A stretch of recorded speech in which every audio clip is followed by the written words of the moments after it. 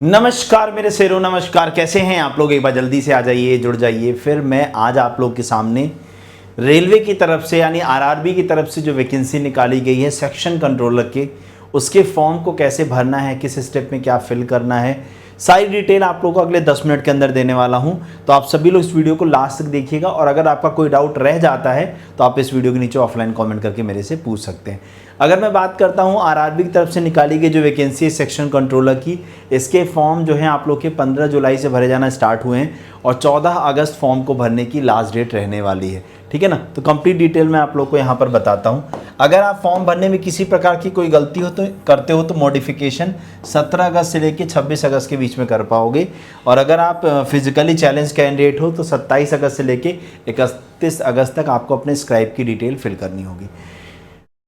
Section controller level 6 की post होती है, 35,400 बेसिक पे होता है, A2 मेडिकल स्टैंडर्ड होता है। एज जो है वो 1/7/2026 तक मांगी गई है, मतलब कट ऑफ डेट एज के लिए और क्वालिफिकेशन दोनों के लिए जो है 1/7/2026 है। अगर मैं यहाँ पर बात करने की कोशिश करूँ, आपने ग्रेजुएशन कर रखा है, BA BSc BCom BTech कुछ भी ग्रेजुएशन, अगर आप पास हैं, अगर आप ग्रेजुएशन पास हैं तो आप इस फॉर्म को भर पाएंगे, अदरवाइज नहीं भर पाएंगे। टोटल वैकेंसीज 119 इस बार यहाँ पर निकाली गई है।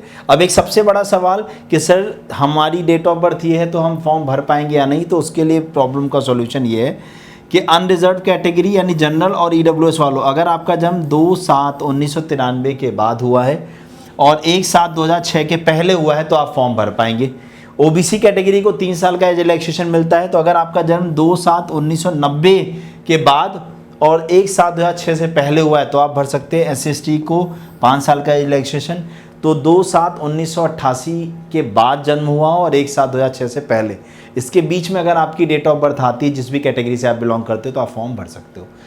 उसके बाद फॉर्म फीस की बात करता हूं तो जनरल कैटेगरी के लिए 500 रुपये फॉर्म फीस है, बाकी कैटेगरी के लिए 250 रुपये फॉर्म फीस है।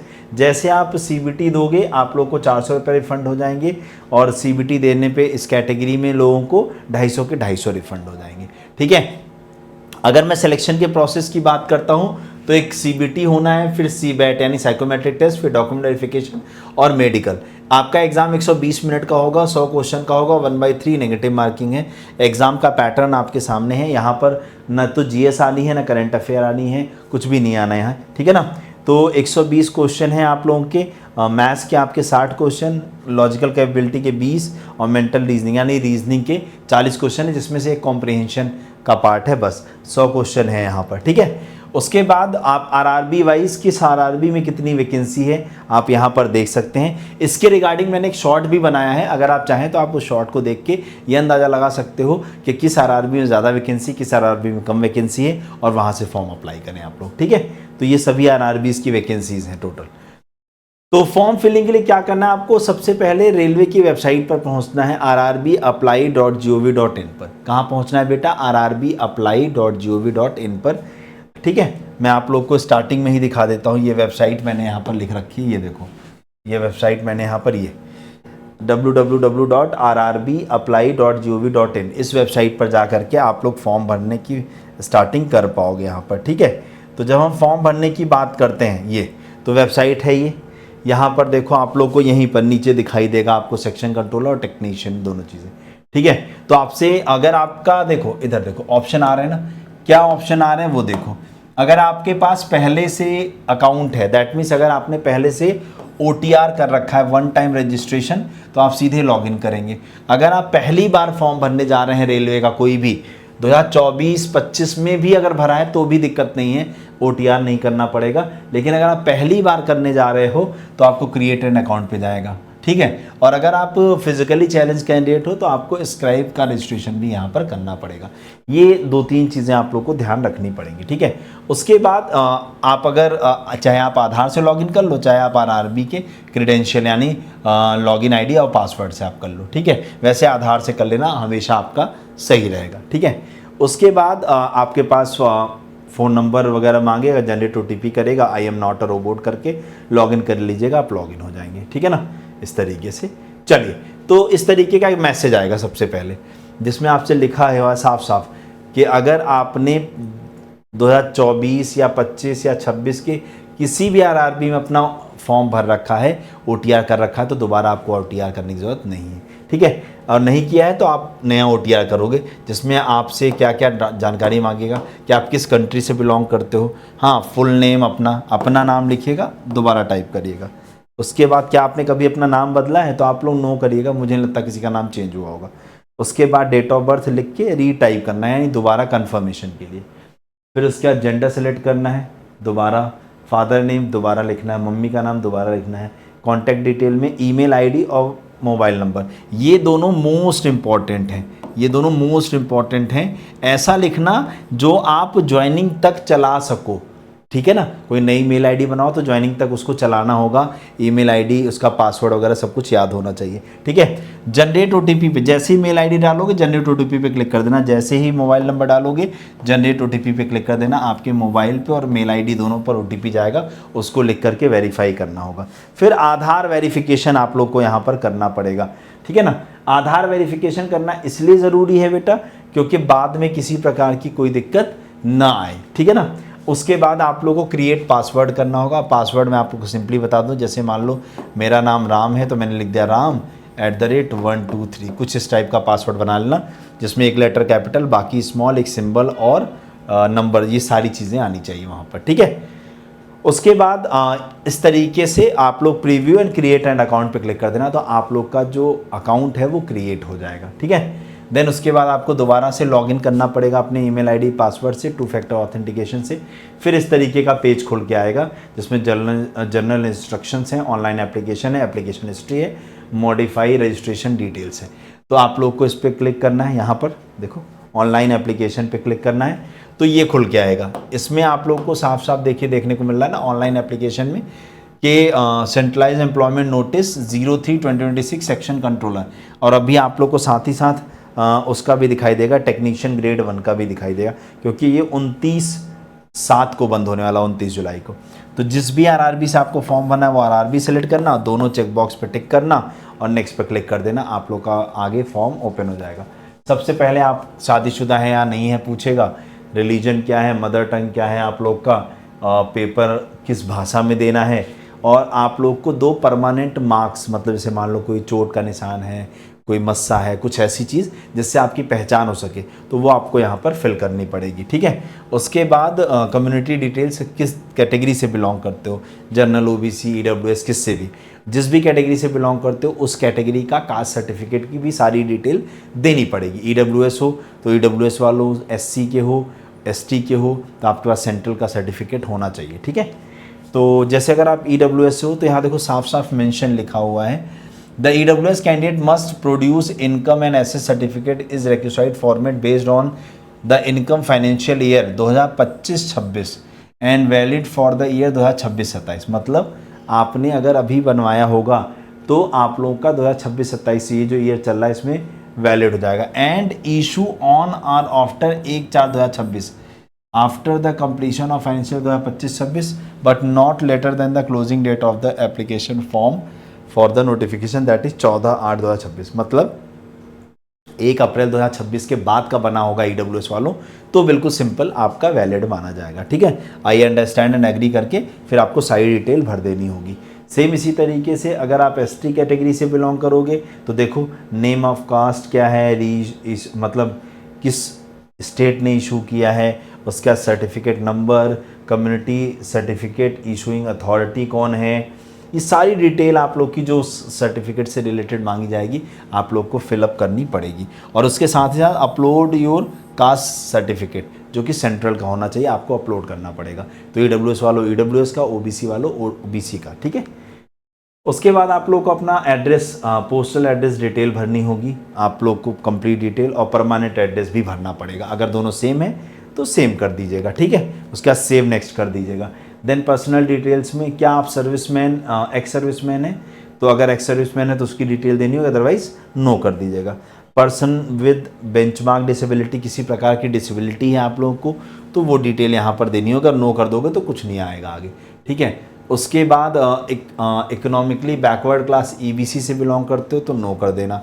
उसके बाद detail of serving railway applicant, क्या आप सरकारी एम्प्लॉय तो नहीं हो कहीं पे, अगर हो तो आप लोग को वो डिटेल यहाँ पर देनी होगी, कहीं भी हो, सेंट्रल में, स्टेट में हो, कहीं पे भी। ठीक है। उसके बाद करेंट एम्प्लॉयमेंट डिटेल, अगर आप हो तो आपको डिटेल देनी हो, नहीं हो तो कोई बात नहीं। उसके बाद ये बहुत इंपॉर्टेंट कॉलम है, bank detail for refund of fee, only account number and FSC code are use for refund, fill them with caution. मतलब बहुत ध्यानपूर्वक भरिएगा कि अपने अकाउंट होल्डर का नाम, हाँ, बैंक अकाउंट नंबर, ठीक है, कंफर्म करना है अकाउंट नंबर, उसके बाद आईएफएससी कोड, उसके बाद रिफ़ंड ऑफ फ़ी बैंक और रिफ़ंड बैंक एड्रेस, सारी चीज़ें यहाँ पर भरनी होंगी। फिर सेव करके नेक्स्ट कर दीजिएगा, आगे बढ़ जाएंगे। जब आप आगे बढ़ते हैं फिर आप लोगों से क्वालिफ़िकेशन की बात आती है। यहाँ पे आती है बेटा, हाँ, अदर डिटेल में आ जाओगे, क्वालिफ़िकेशन वाले पे आ जाओगे। तो आप लोग को अपनी क्वालिफ़िकेशन यहाँ पे फिल करनी होगी, पहले 10th की, 12th की, उसके बाद ग्रेजुएशन की, हाँ, और सेव करते जाना बार बार और नेक्स्ट करते जाना। तो आप लोग को सारी डिटेल यहाँ पर ऐड करनी पड़ेगी। 10th, पहले 10th की करना, फिर 12th की करना और फिर ग्रेजुएशन की करना, क्योंकि ग्रेजुएशन का ही एग्ज़ाम है इसलिए, ठीक है। और अगर आपने पोस्ट ग्रेजुएशन किया है तो आप उसकी भी भर सकते हो। देन उसके बाद आप लोगों के पास आएगा फ़ोटो अपलोड करने का। जब आप ये वाला काम कर लोगे तो फिर अपलोड प्रोफाइल डॉक्यूमेंट, तो यहाँ पर अब आप लोग का फ़ोटो, तो देखो ये सारी फ़ोटो रिजेक्टेड होंगी, केवल ये वाली फ़ोटो एक्सेप्टेबल होगी। तो फ़ोटो के लिए अब क्या होने लगा है, लाइव फ़ोटो कैप्चर होने लग गई है। अब क्या हो गया बेटा, लाइव फ़ोटो कैप्चर होने लग गई है। तो लाइव फ़ोटो कैप्चर करने के लिए आप लोगों को, देखो पहले तो आप वेबसाइट पे ही कर सकते हो, लैपटॉप वगैरह पे, उसमें आपका वेबकैम होगा तो उससे हो जाएगा। अगर वो नहीं है तो आप मोबाइल ऐप पे भी ओपन करके कर सकते हो। तो देखो, you are allowed to capture only 3 times within 5 minute. 5 minute के अंदर 3 मौके मिलेंगे आपको।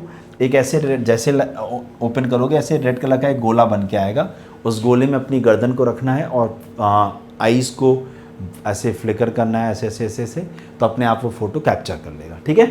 डन है। Ensure you are in front of a plain white background while capturing the, मतलब बहुत लाइट बैकग्राउंड में हो, वाइट हो सबसे बेस्ट, अदरवाइज येलो कलर हो, लाइट वाला, क्रीम कलर जिसे कहते हैं वैसा, तब लाइट बैकग्राउंड, ठीक है।